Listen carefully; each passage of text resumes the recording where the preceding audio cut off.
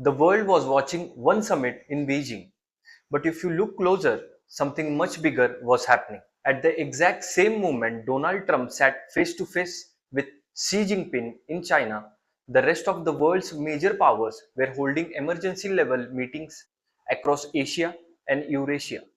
BRICS ministers gathered in India. Erdogan flew to Kazakhstan for Turkic State Summit. Russia escalated attacks on Ukraine while showcasing nuclear-capable weapons. Iran intensified its diplomatic offensive against the United States and Israel.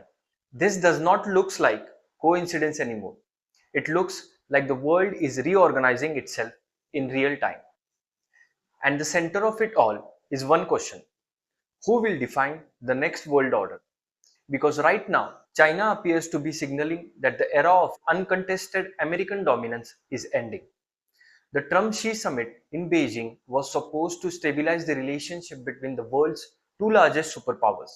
Instead, it exposed how dangerous the geopolitical situation has become.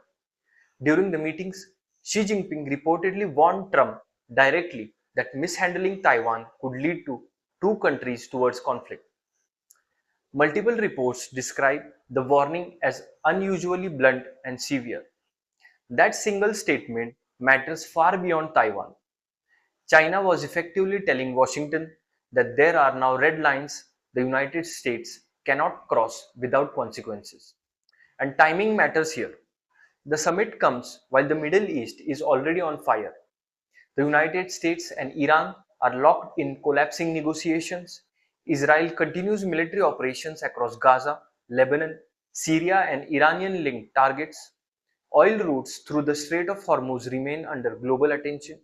Markets are nervous, militaries are on high alert, and every regional actor is preparing for escalation instead of peace. What makes this movement extraordinary is that China is no longer acting like a distant observer. Beijing is acting like a competing center of global power. Trump arrived in China hoping to manage crisis, especially the Iran situation and global trade instability. But visually and diplomatically, the summit often appeared titled towards Beijing. She hosted Trump in Great Hall of People while projecting China as the calm, stable power in contrast to what many countries increasingly see as unpredictable American policy.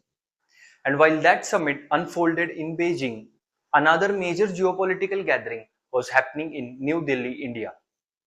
The BRICS foreign ministers meeting became overshadowed by the Iran war almost immediately.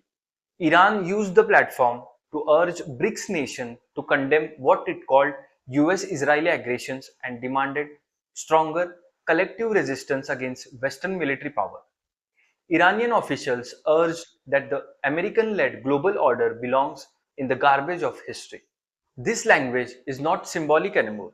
It reflects how openly anti-Western rhetoric is now entering mainstream diplomatic platform. But BRICS itself also revealed cracks. China's foreign minister was absent because of the Xi-Trump summit, despite China being arguably the bloc's most influential member. Russia and Iran pushed harder rhetoric. India stayed noticeably cautious and neutral, focusing more on stability, trade routes, and maritime security than ideological confrontation. That neutrality from India is important because India increasingly looks like the balancing power trying to avoid being pulled from either the US led or China led camp. Meanwhile, Pakistan continues trying to position itself as the mediator in regional tensions, but without major legitimacy or leverage to shape outcomes. The actual negotiations between Washington and Tehran appears deeply broken, with both sides publicly blaming each other for failures. And then comes another critical place of the puzzle: Turkey. A global attention focused on Beijing and New Delhi. Turkish President Erdogan arrived in Kazakhstan for high-level talks and the organization of Turkic State Summit.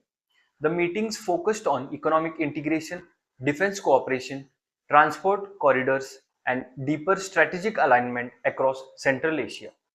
Turkey and Kazakhstan signed 13 agreements spanning energy, infrastructure, defense, and investment. This is bigger than bilateral diplomacy.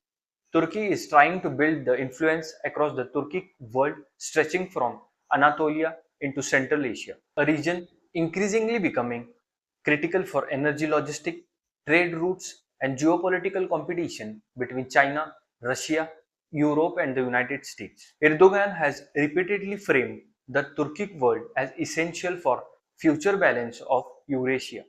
In other words, multiple power centers are now emerging simultaneously.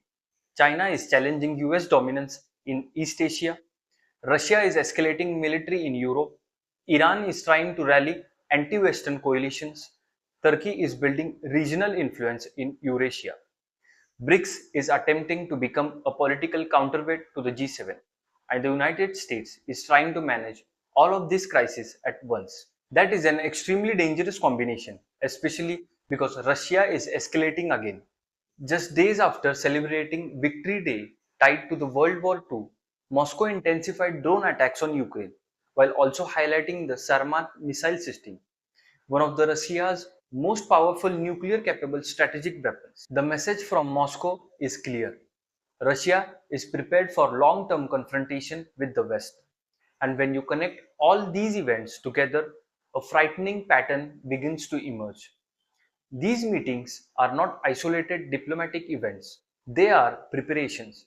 Preparations for a world where alliances harden, economic blocs separate further, military deterrence expands, and regional wars becomes interconnected. One miscalculation in Taiwan could trigger a Pacific crisis.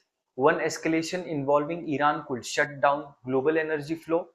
One NATO Russia mistake in Ukraine could spiral unpredictably. One regional conflict could suddenly pull in global powers already divided into competing camps. And unlike the Cold War, today's world is economically intertwined, technologically interconnected, and politically unstable all at once. That makes this period potentially even more unpredictable.